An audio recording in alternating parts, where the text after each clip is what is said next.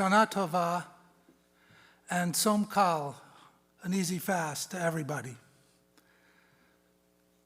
The 24-hour period which begins this evening is regarded by most Jews as the holiest day of the year. This is the awesome Day of Atonement. On Rosh Hashanah it is written, on Yom Kippur it is sealed. Even the angels are seized with trembling. The destiny of every living being is decreed. How strange, then, that the great mystical text of Judaism, the Zohar, should seek the significance of Yom Kippur in a comparison to Purim. That's right, Purim. It's based on Kol Nidre, which we just chanted, and in which Yom Kippur is referred to as Yom Ki-Purim, a plural, Day of Atonements. Ki-Purim is then read as two words, Ki, meaning like, and Purim, the name of the holiday. Thus today becomes Yom Kippurim, a day like Purim. Can you believe it? Could any two holidays seem more opposite in nature? Yom Kippur is a day of fasting and self-affliction. Purim is a day of celebration and feasting. A primary element of Purim is the Seudah, the festive meal. We send each other gifts of food, mishloach manot. Eating is emphasized, drinking as well. In fact, the Talmud says one is to drink ad lo yada, until a person cannot tell the difference between the phrases, cursed be Haman and blessed be Mordechai. Yom Kippur is like Purim. One is a day of prayer and meditation. The other is a day of noisemakers and spiels. Yom Kippur is quiet and solemn. Purim is loud and raucous. What can the two possibly have in common? Of course, this Yom Kippurim is quite different. I'm speaking in a room full of cardboard holiday heads. Among them are at least 6 dogs, 2 baseball players, Gritty, the 3 Stooges, and up in the balcony, 2 Muppet curmudgeons, Statler and Waldorf. It really does feel like Purim. But I don't think that is what the Zohar anticipated. A more serious suggestion was offered at a sermon seminar I attended back in 1986. Masks.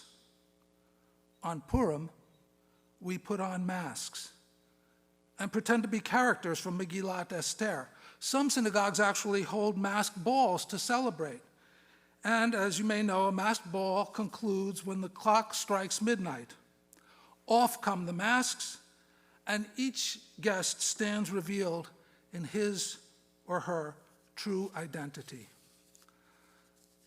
Søren Kierkegaard, a 19th century Danish philosopher, drew upon this imagery with this penetrating observation.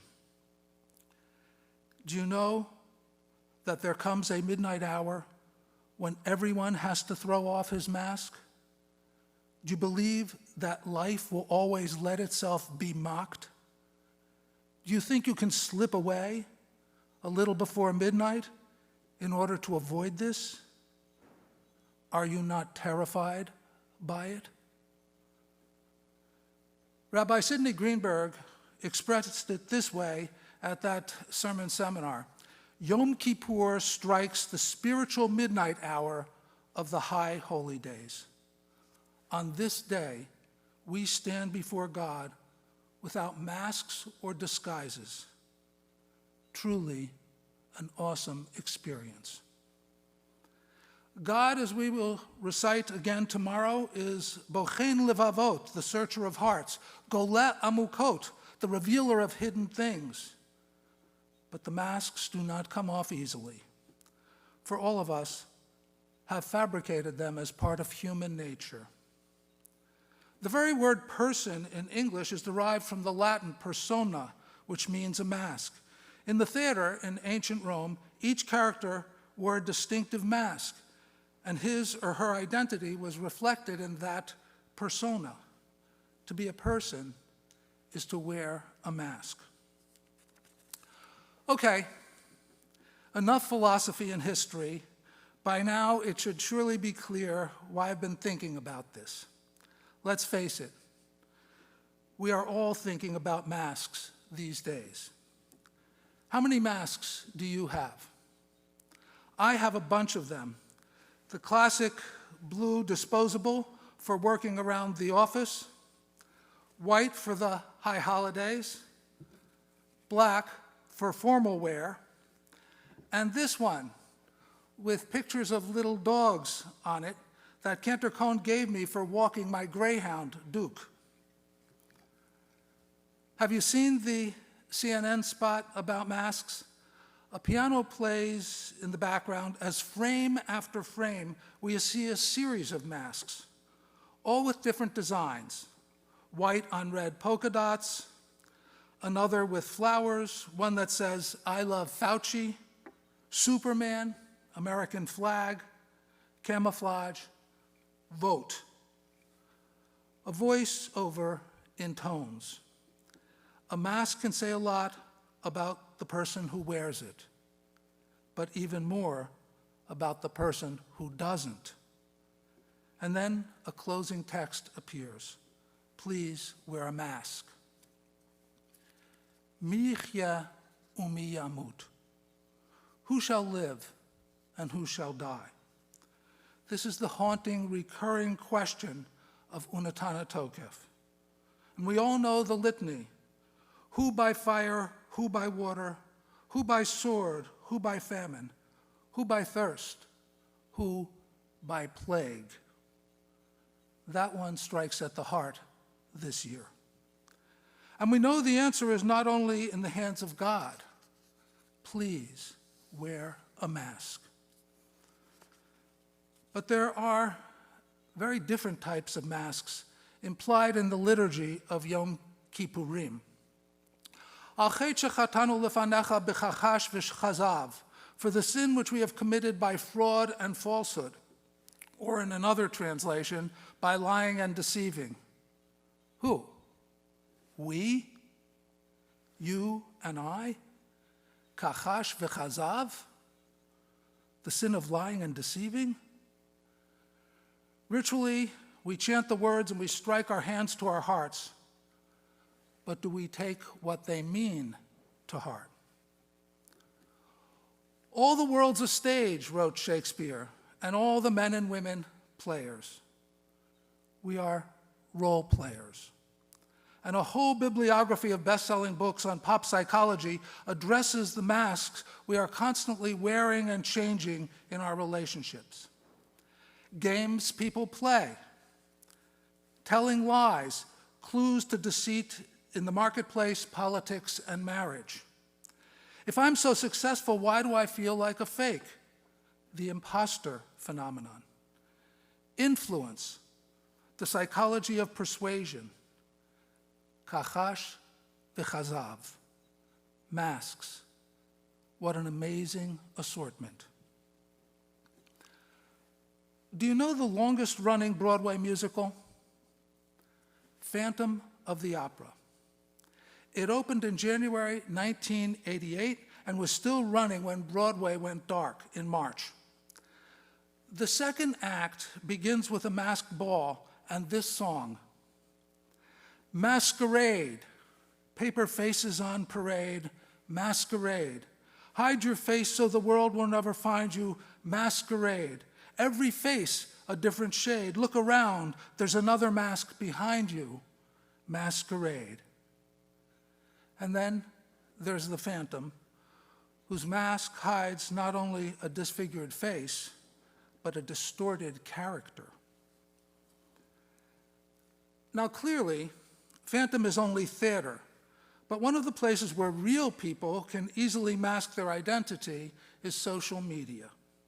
Full disclosure, I am not on social media, but Rabbi Peltz, Rabbi Wexler, and Cantor Cohen keep me informed. According to global media research, there are about 4.3 billion users of social media. 2.5 billion people on Facebook alone. And while most of the postings are benign, there are many that are terribly troubling. Purveyors of conspiracy theories like QAnon, those who peddle hatred of minorities, anti-Semites, dangerous predators. Anonymous bullies have driven their victims to despair and even worse. There are also ordinary, lonely people who are deluding themselves by cultivating many online friends. Some hide their sadness and even clinical depression behind photos that make them appear completely content and happy. Masks. These types of postings are doubly dangerous. The pretense may prevent the person posting them from seeking help, and those who read the posts may feel that there is something wrong if their lives don't match up to the perfection they see online. Sarah Tuttle Singer is an author and a blogger. In a piece she wrote for Queller, she admits to having lied about how well her family life has been going. In closing, she peels off the mask. Listen. Instead of pretending that everything is hunky-dory, let's be real. Parenting is ridiculously hard, and all of us do ourselves and each other a huge disservice when we pretend otherwise. My life on Facebook is an airbrushed image of my real life. Most of the time, I think I'm a pretty decent mom. But I also think I'd be a better mom if I stopped pretending and making friends on Facebook feel like they have to pretend as well. Anyway, for all the lies by omission I've told on Facebook, I'm sorry. I'm really, really, really sorry. I can't promise I won't do it again, but I can promise that I'll try to be more real for all of our sakes. Now, to me, that sounds like vidui, confession. Peeling away the mask is critical to repentance and atonement. But certainly it is not only in theater or on social media that people wear disguises. How many of us slip the mask of virtue over the face of our faults? We are not intolerant, we are discerning. We are not rude or intrusive, we're curious. We don't gossip, we share information. We're not insincere, we're diplomatic. Do you know the cynical definition of a diplomat? A scrupulously honest person sent abroad to lie for his country. It's pretty easy to become cynical these days. It's almost a state of being. Holding up a Bible in front of a church masquerades as religious rectitude and godliness. Anti-maskers mask irresponsibility as personal freedom. On campuses, cancel culture shouts down dissenting views, freedom from speech masquerading as freedom of speech. Looters hide their identity amidst the legitimate Black Lives Matter protesters. On a more positive note, who would have thought that a poorly conceived West Bank annexation plan could be masking a potential peace deal between Israel and the United Arab Emirates? On the other hand, as COVID cases in this country climb over 7 million and the death toll tops 205,000, we learn that statements about how the virus would simply disappear covered up what? Inaction or incompetence? Hashtag magical thinking pretending to be science. And how about editor Barry Weiss's resignation letter, tearing the mask off anti-Israel bias and anti-Semitism at the New York Times? On a lighter note, a Jewish comedian proclaims that he doesn't attend synagogue anymore because it's full of hypocrites. The rabbi responds, "Don't worry, there's always room for one more."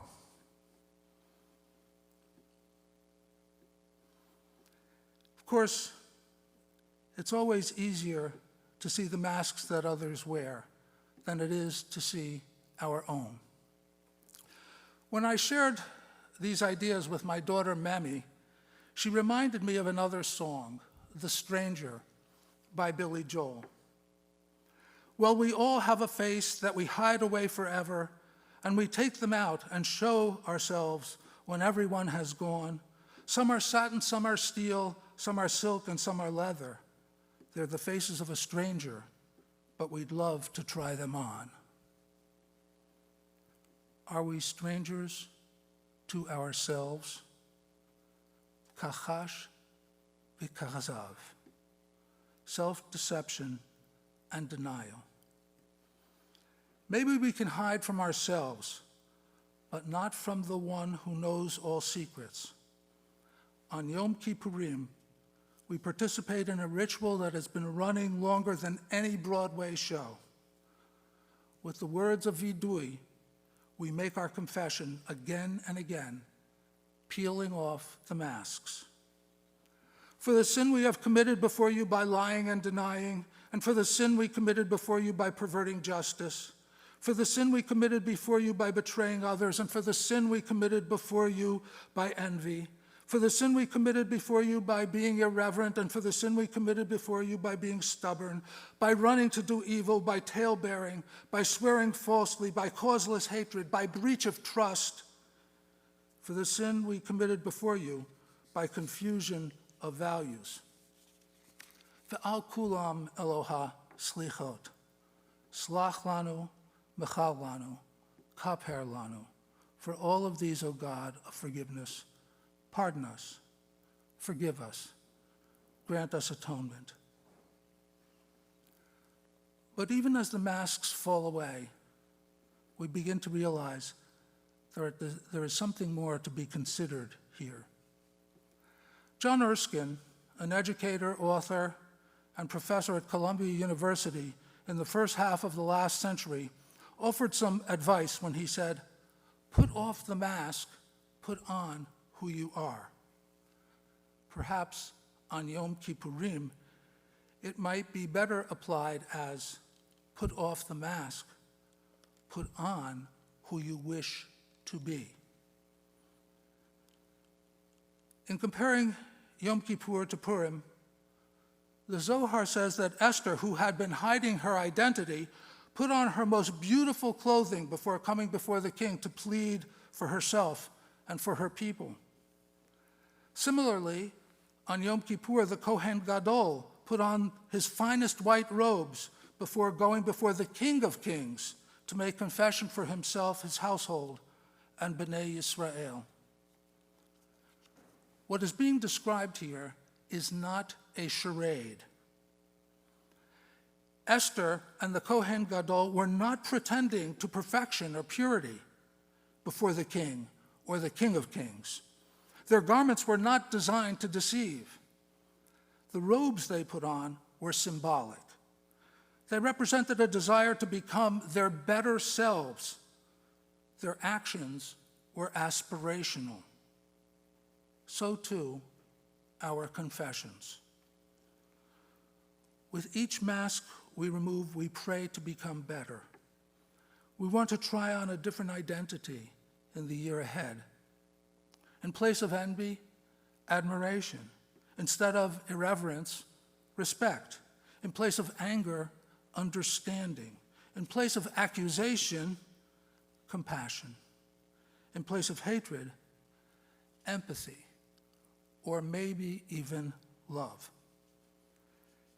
If we just tried on these better attributes, miyom kippurim zeh ad yom kippurim haba, from this Yom Kippurim to the next, how might that change our lives? Let me close with a little story.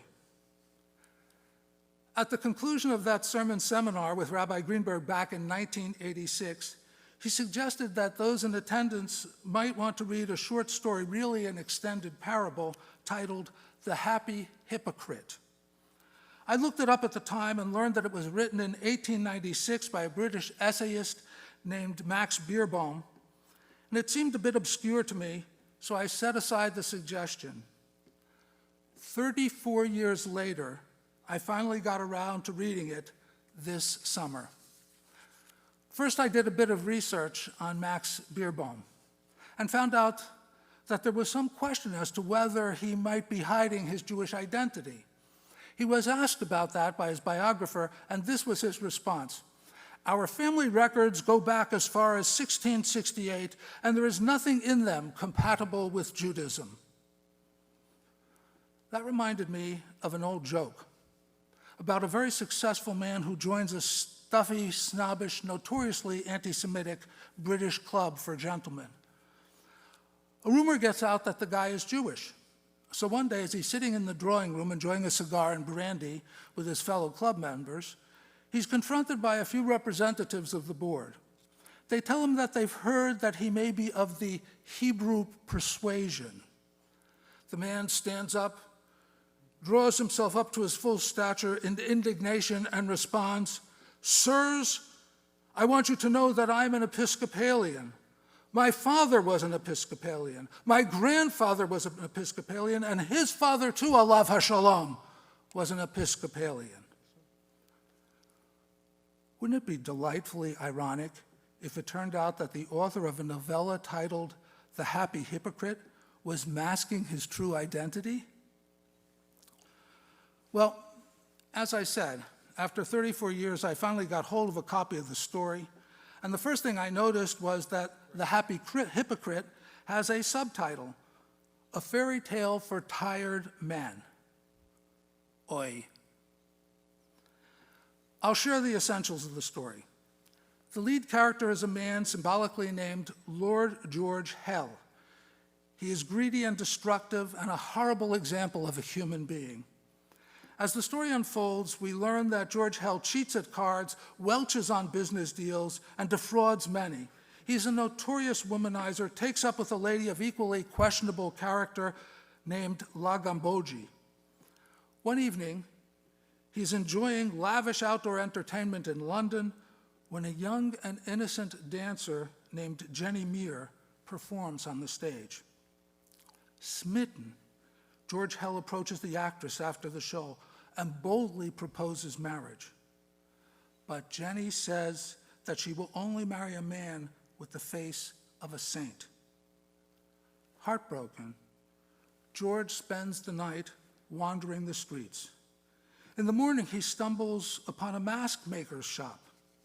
He purchases the mask of a saint's likeness, custom altered to bear the mark of true love, and specially fitted for his face. La Gambogi sees him leave the shop with his new face, but he pretends not to know her and goes on his way. He meets Jenny, and now, wearing his new face of a saint, again proposes. Jenny accepts.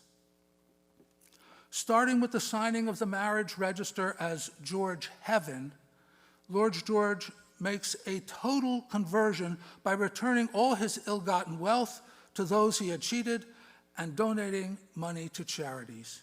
He buys a woodsman cottage where the newlyweds live a quiet, modest existence. And then, as the happy couple are celebrating their anniversary, La Gambogi shows up and refuses to leave until she is granted one last look at Lord George's true face. A scuffle results. La Gambogi tears the mask off George's face. Now let me read the dramatic conclusion of the story. La Gambogi, despite the ruin you've brought upon me, I pardon you. For the unpardonable sin I have wrought upon my poor bride, whose love I stole by means of that waxen semblance, I am punished. Of her I cannot ask pardon. Ah, Jenny, Jenny, do not look at me. Turn your eyes from the foul reality of my face. George shudders and hides his face. But as he turns to go, Jenny takes his face in her hands and caresses him. It turns out that his face has assumed the contours of the mask: kind, caring, sensitive. Jenny concludes that he was testing her fidelity for a time before revealing his own true, beautiful face. And as they kiss, the mask melts away in the sun. The moral is clear. Tired of who you have been? Unhappy with yourself or aspects of your character? Well, if you wear a mask that presents you as the person you long to be in the year ahead and live up to it, you might actually become that better self. Not necessarily a saint, it is a fable after all, but maybe just a bit better. George is motivated by love. Aren't we all? It may be our spouses or our parents or our children whose love makes us want to be better, to do better. Maybe it's a friend or a teacher, or perhaps even the love of heaven. But even if we only put on the persona of a kinder, more caring, more sincere, more loving person for a year, would it not make a difference in our relationships? We might just become the person whose mask we wear, and perhaps even an example of the power of repentance. This year, especially, we realize that a mask can change our lives. A mask can save our lives, and maybe even the lives of others. That is the lesson of Yom Kippurim. And now, we're going to turn the service back to Cantor Cohen. For Baruch Hu, page 408, we rise.